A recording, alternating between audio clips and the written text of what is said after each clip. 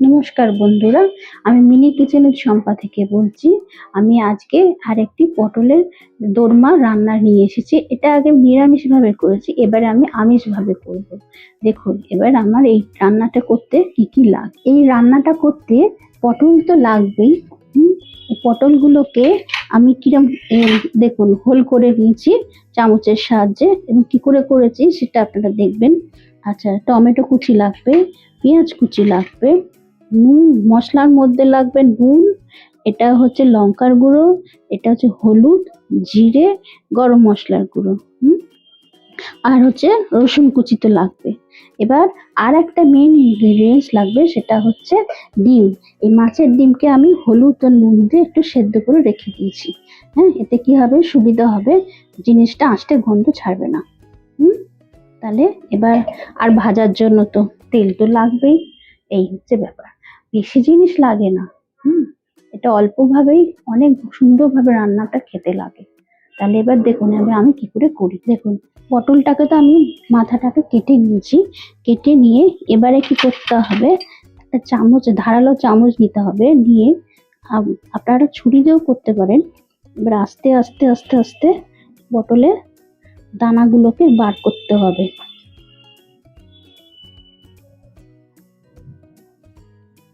এরকম করে বার করে নিলাম। দেখুন পুরোটা ফাঁকা হয়ে গেছে। এর মধ্যে এবার পুরটা ভরবো। এই যে মাথাগুলো কেটেছি, এই মাথাগুলো কিন্তু ফেললে হবে না, এটাকে কাজে লাগাবো। দেখবেন কি করে কাজে লাগাই। এবারে এরকম করে আমি সবগুলো করে রেখেছি তাড়াতাড়ির জন্য। এবারে আর ডিমটা যেহেতু সেদ্ধ করাই রয়েছে, এবারে আমি পুরটা করব। কড়াটা গরম হয়ে গেছে। গরম অবস্থায় দিতে হবে, জল অবস্থায় দিলে চরবচর করে গায়ে ছিটে আসবে। কড়াটা গরম হয়ে গেছে, শুকিয়ে গেছে। এবারে হচ্ছে আমি তেলটা দিলাম, অল্প, বেশি তেল লাগবে না, এটার জন্য অল্প তেল লাগবে, পুরটা করবো তো। এবার তেলটা গরম হয়ে গেছে, এর মধ্যে আমি ফার্স্টে জিরে ফোড়ন দিলাম।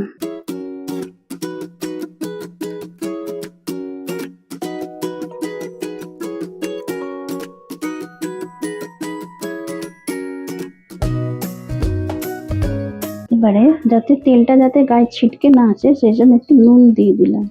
এই নুনটা দিলে দুটো কাজ হবে, এক হচ্ছে তেলটাও ছিটকে আসবে না, দ্বিতীয়ত হচ্ছে এবার আমি পেঁয়াজটা দেবো।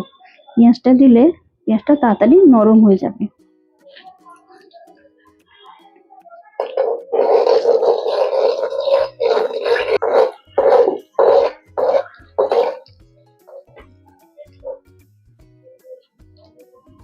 এবারে আমি পেঁয়াজটা দিয়ে দেবো।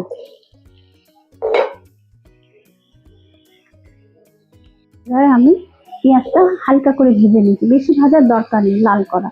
এবার এই মধ্যখানটা ফাঁক করে নিয়েছি, নিয়ে এর মধ্যে রসুন কুচিটা দিয়ে দেবো।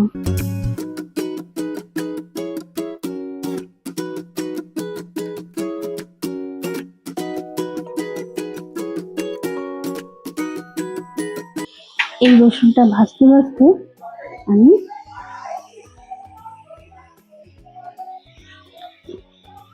অল্প গরম মশলার গুঁড়ো, হলুদ গুঁড়ো,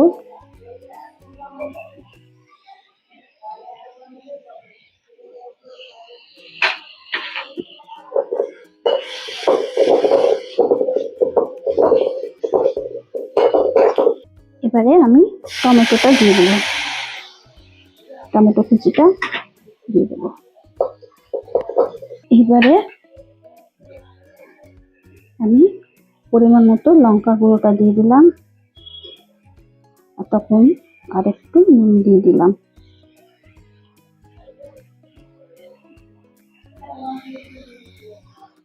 সমস্ত মশলা আর একটু করে দিয়ে দিলাম, কম লাগছিল।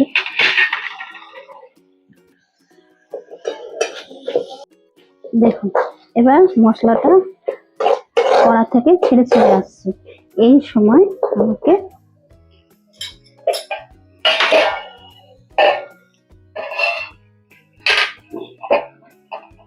এখনকার পটলের দানাগুলো নরম তো, দেওয়া যায়।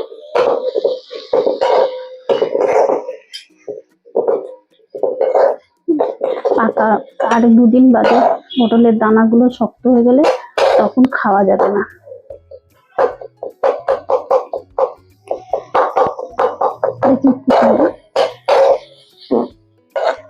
ভাজা ভাজা হয়ে গেছে, কড়া থেকে ছেড়ে ছেড়ে আসছে। এবারে আমাকে মাছের ডিমটাকে সিদ্ধ করা, যে মাছের ডিমটা আছে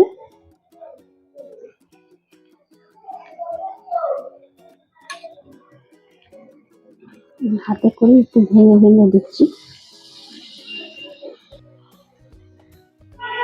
সিদ্ধ করেছি তো ওই জন্য শক্ত হয়ে গেছে।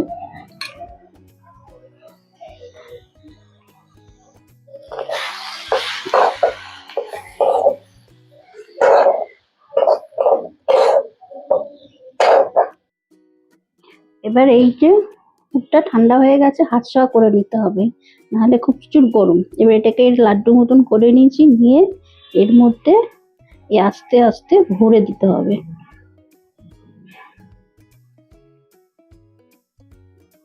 ভিতর পর্যন্ত যাতে যায় সেই জন্য চামচ দিয়ে, মুখটা তো ছোট করেছি, বেশি বড় করিনি, তো কেটে কেটে দিতে হবে, নাহলে পুরটা ভেতরে না গেলে খেতে ভালো লাগবে না। এটা একটা ধৈর্য সাপেক্ষ ব্যাপার আর কি, আর কিছু না। এটা আর যাবে না। একটা হয়ে গেল। এরকম ভাবে এটাকেও, এখনকার পটলগুলো কুচি কুচি নতুন উঠেছে, সুতরাং করতেও সুবিধা, খেতেও সুবিধা। বাজারে মাছের ডিম পাওয়াই যাচ্ছে, সুতরাং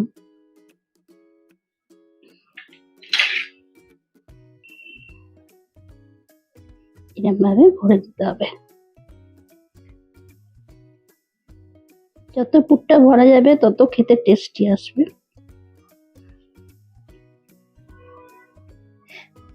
এই যে পটলের মাথাগুলোকে আমি ফেলিনি।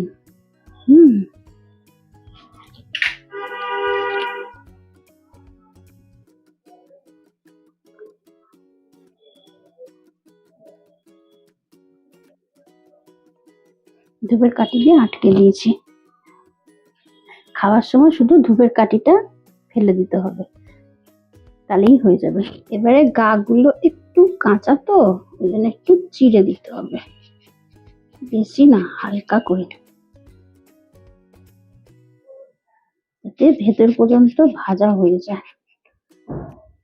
তেলটা হালকা গরম হয়েছে, এবার আমি আস্তে আস্তে একটা ছেড়েছি।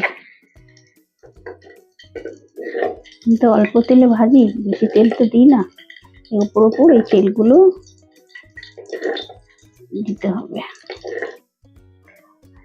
দেখুন ভেজে নিয়েছি, কি সুন্দর ভাজা হয়েছে।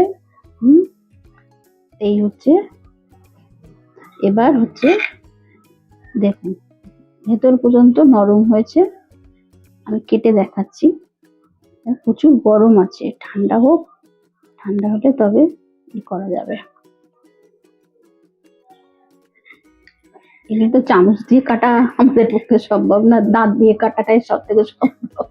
সেই জন্য গন্ধটা খুব সুন্দর বেরিয়েছে, এবং ঘরে করবেন, করলে পরে সবাই মিলে খাবেন, খেয়ে এবং দেখতেই তো ভালোই লাগছে। আশা করি আমার যখন ভালো লাগছে তখন আপনাদেরও ভালো লাগবে।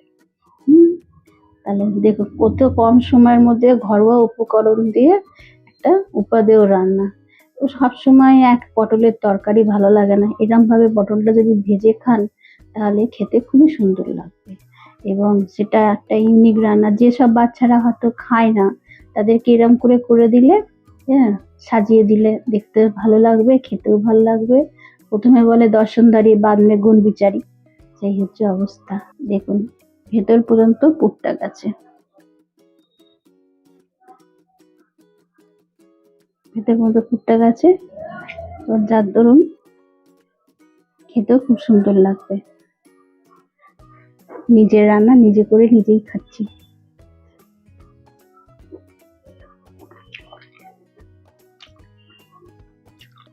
নুন মিষ্টি সব কিছু আমি চিনি দিইনি, পটলের একটা মিষ্টতা থাকে, পেঁয়াজের মিষ্টতা থাকে, সেজন্য নুনটা একদম পারফেক্ট হয়েছে।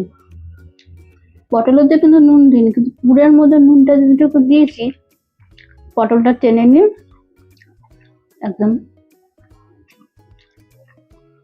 আমি যে টিপস গুলো বলেছি, যেরকম পটলটা ভাজার আগে গা গুলো চিড়ে দিতে, তাহলে কি হবে, ফেটে বেরিয়ে যাবে না।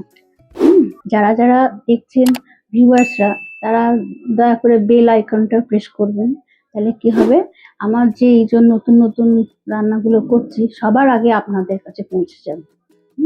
আর লাইক করবেন, শেয়ার করবেন এবং সাবস্ক্রাইব করবেন। তাহলে এবার রাখছি, নমস্কার।